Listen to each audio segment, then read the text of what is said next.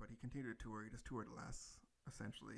In the 1960s, he toured Europe, and it started with the first American Folk Blues Festival of 1962. And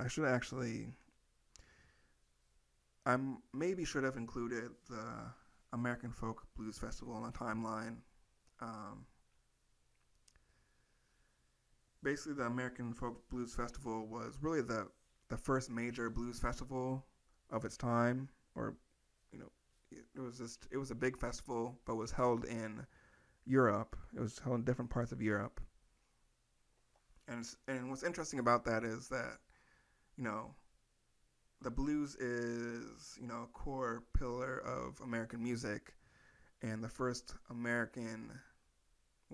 blues festival, large scale blues festival, was held in Europe.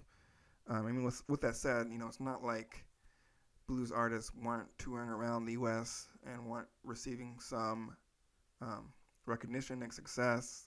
You would see some blues artists included in some jazz festivals, but it is a little bit interesting that the first large scale blues festival was in Europe. And basically, over time, basically most every major blues player, musician, played in the American Folk Blues Festival. It was a really big deal, and it lasted for several years. So over those years, um, probably any household name or any blues artist that you can probably recall, um, that was at least pretty well known, played over there, and some people weren't well known, and it was big because number one, for blues musicians, it was the first time that a lot of them had toured outside of the U.S., but also for Europe and the UK. This was, for a lot of people, was the first exposure to blues, and especially as far as live concert, first exposure. I mean, as I talked about, a handful of artists who were successful had the opportunity to travel in England and Europe, but it was a much smaller amount. And now you have a reoccurring annual blues festival that people can attend, and it was going to different parts of Europe, and so it was a big deal. And like I said, it is it could have been included on the timeline as an event. I think in some ways though it's almost a standalone, not a standalone event, but or series of events. But if you look at the timeline and just where we're progressing or headed towards, it's kind of like history. The future is already being etched out. And the festival doesn't necessarily impact that direction. However, obviously, with all these blues artists playing in Europe during that period of time, it was right before the British invasion, and sorry, I probably shouldn't just say it like that. It was right before when all the musicians from Europe or England, blues rock guys came over and were successful in the U.S., known as the British invasion.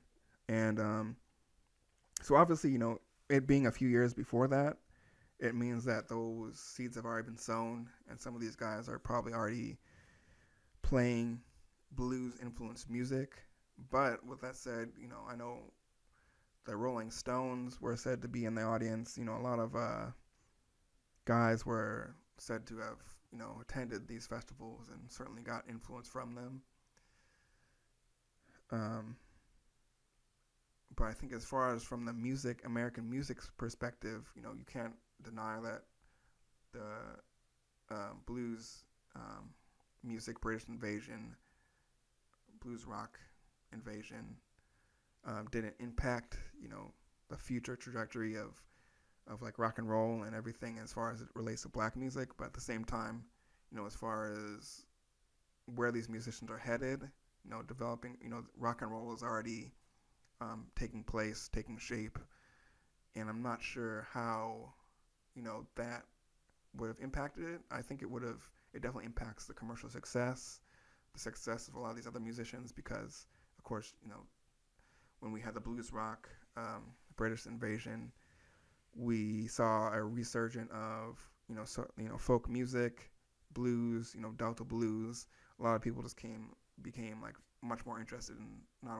only the current but the past blues musicians. So that was huge, I think, in kind of gaining momentum there, and that probably helped fuel rock and some of the later genres like funk, and just through awareness and exposure. So I mean, it could have been included in the timeline. I also understand why it wasn't. But regardless, it's something to look into because when you talk about live performances captured from a lot of the blues greats, the American Folk Blues Festival is actually, it has some of the most well documented footage of some of these musicians in their prime, or close to their prime, and especially during this time period. So it's definitely something to look into.